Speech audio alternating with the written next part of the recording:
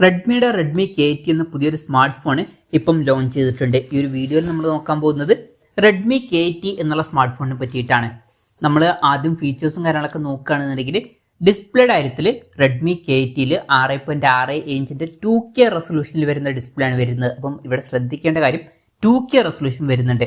അപ്പം വളരെ മികച്ചൊരു റെസൊല്യൂഷനുമായിട്ടാണ് ഈ ഒരു സ്മാർട്ട് ഫോൺ വരുന്നത്. എടുത്തു പറയേണ്ട കാര്യം, ഈ ഒരു സ്മാർട്ട് ഫോൺ ഏകദേശം 29,100 രൂപ പ്രൈസ് റേഞ്ചിലാണ് വരുന്നത്. ആ ഒരു പ്രൈസ് റേഞ്ചിൽ 2K റെസൊല്യൂഷൻ എന്നുള്ളത് എടുത്തു പറയേണ്ട കാര്യം തന്നെയാണ്. OLED പാനലാണ് ഇതിൽ കൊടുത്തിരിക്കുന്നത്. പിന്നെ പഞ്ചോൾ ഡിസൈൻ ഇതിൽ വരുന്നുണ്ട്. പഞ്ചോൾ വരുന്നത് ടോപ്പ് സെൻറ്റർ ഭാഗത്തായിട്ടാണ്.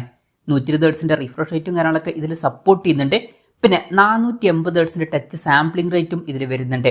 ഇതിൽ 2560 Hz instant touch sampling rate എന്നുള്ള ഫീച്ചറും സപ്പോർട്ട് ചെയ്യുന്നുണ്ട്.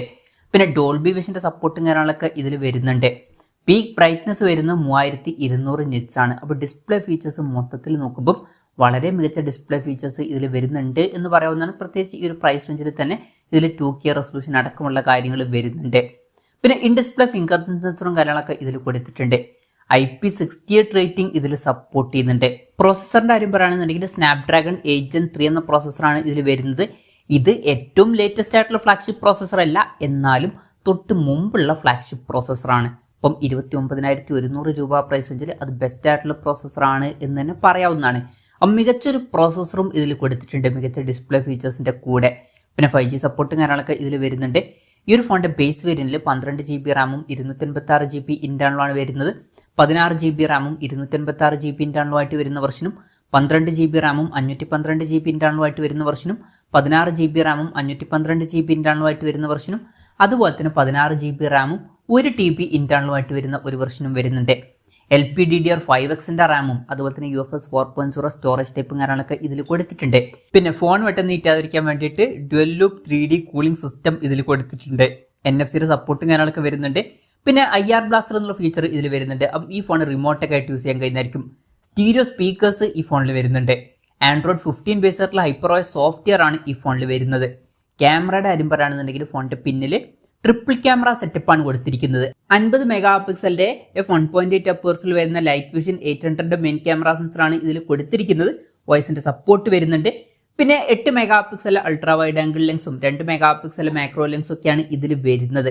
അപ്പം നല്ലൊരു മെയിൻ ക്യാമറ സെൻസർ കൊടുത്തിട്ടുണ്ട്. ബാക്കി 2 സെൻസേഴ്സ് ബേസിക് ആയിട്ടുള്ള സെൻസേഴ്സ് മാത്രമാണ്. പിന്നെ 20 മെഗാപിക്സൽ സെൽഫി ക്യാമറയും കൊടുത്തിട്ടുണ്ട്. അപ്പം ഇത് ക്യാമറ ഫോക്കസ്ഡ് ആയിട്ടുള്ള ഡിവൈസ് ആണ് എന്നൊന്നും പറയാൻ പറ്റില്ല, എന്നാലും തിരക്കില്ലാത്തൊരു ഓൺ പേപ്പർ ക്യാമറ സ്പെസിഫിക്കേഷൻ വരുന്നുണ്ട് എന്ന് പറയാവുന്നതാണ്. ഇനി ബാറ്ററിയുടെ കാര്യത്തിലോട്ട് വരികയാണെന്നുണ്ടെങ്കിൽ 6550 mAh ബാറ്ററി ഇതിൽ കൊടുത്തിട്ടുണ്ട്. അപ്പം മികച്ചൊരു ബാറ്ററി കപ്പാസിറ്റിന് ഇതിൽ വരുന്നുണ്ട്. പിന്നെ 90 വാട്ടിന്റെ ഫാസ്റ്റ് ചാർജിംഗ് സപ്പോർട്ടും ഇതിൽ വരുന്നുണ്ട്. അപ്പോൾ തിരക്കില്ലാത്ത നല്ലൊരു ചാർജിങ് സ്പീഡും കൊടുത്തിട്ടുണ്ട്. പിന്നെ Type-C ചാർജിംഗ് പോർട്ടും വരുന്നുണ്ട്. അപ്പം നല്ലൊരു ബാറ്ററി സെറ്റപ്പ് ഇതിൽ വരുന്നുണ്ട് എന്ന് തന്നെ പറയാവുന്നതാണ്. അപ്പം ഇതൊക്കെയാണ് ഫീച്ചേഴ്സിനെ പറ്റി പറയാനുള്ള കാര്യങ്ങൾ. പിന്നെ ഈ ഒരു സ്മാർട്ട് ഫോൺ ഇപ്പം ഇന്ത്യൻ മാർക്കറ്റിൽ ലോഞ്ച് ചെയ്തിട്ടില്ല. അപ്പം ചൈനീസ് മാർക്കറ്റിലാണ് ഈ സ്മാർട്ട് ഫോൺ ലോഞ്ച് ചെയ്തിരിക്കുന്നത്. ചൈനീസ് മാർക്കറ്റിൽ ഈ സ്മാർട്ട് ഫോൺ ലോഞ്ച് ചെയ്തിരിക്കുന്നത് 2499 യുവാൻ എന്ന പ്രൈസിങ്ങിലാണ്. അതായത് 29,100 രൂപ പ്രൈസ് റേഞ്ചിൽ. ആ ഒരു പ്രൈസ് റേഞ്ചിൽ ഈ പറഞ്ഞിട്ടുള്ള ഫീച്ചേഴ്സ് എങ്ങനെ ഉണ്ട് എന്ന് വെച്ചാൽ വളരെ മികച്ച ഫീച്ചേഴ്സ് ആണ് എന്ന് തന്നെ പറയാവുന്നതാണ്. മികച്ച ഡിസ്പ്ലേ ഫീച്ചേഴ്സ് വരുന്നുണ്ട്. ബെസ്റ്റ് ആയിട്ടുള്ള പ്രോസസ്സർ എടുത്തിട്ടുണ്ട്. മികച്ച ബാറ്ററി സെറ്റപ്പും ഇതിൽ കൊടുത്തിട്ടുണ്ട്. ഓൺ പേപ്പർ ക്യാമറ സ്പെസിഫിക്കേഷനും അത്യാവശ്യം തിരക്കേടില്ലാത്ത ക്യാമറ സ്പെസിഫിക്കേഷൻ ആണ് എന്ന് പറയാവുന്നതാണ്. ഇനി ഇന്ത്യൻ മാർക്കറ്റിൽ ഈ ഫോൺ ലോഞ്ച് ചെയ്യുമെന്ന് വെച്ചാൽ ചിലപ്പം ലോഞ്ച് ചെയ്തേക്കാം. അതിനെ പറ്റിയിട്ടുള്ള കാര്യങ്ങളൊന്നും ഇപ്പം പറയാൻ കഴിഞ്ഞിട്ടില്ല.